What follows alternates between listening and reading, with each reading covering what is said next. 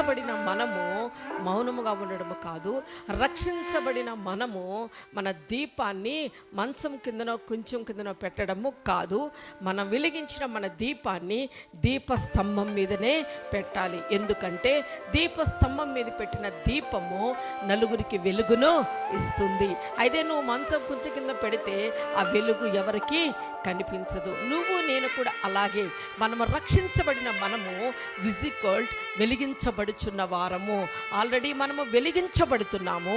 వెలిగించబడుతున్న మనము అనేకులకు వెలుగుగాను, అనేకులకు మాదిరిగాను, అనేకులను వెలిగించే వారిగా ఉండడానికి దీపస్తంభం మీద, అంటే కొండ మీదనున్న పట్టణము మరుగై ఉండలేదు అని వాక్యం ఉన్నది. దాని అర్థము మనము కొండ మీద ఉన్న పట్టణమై ఉన్నాం.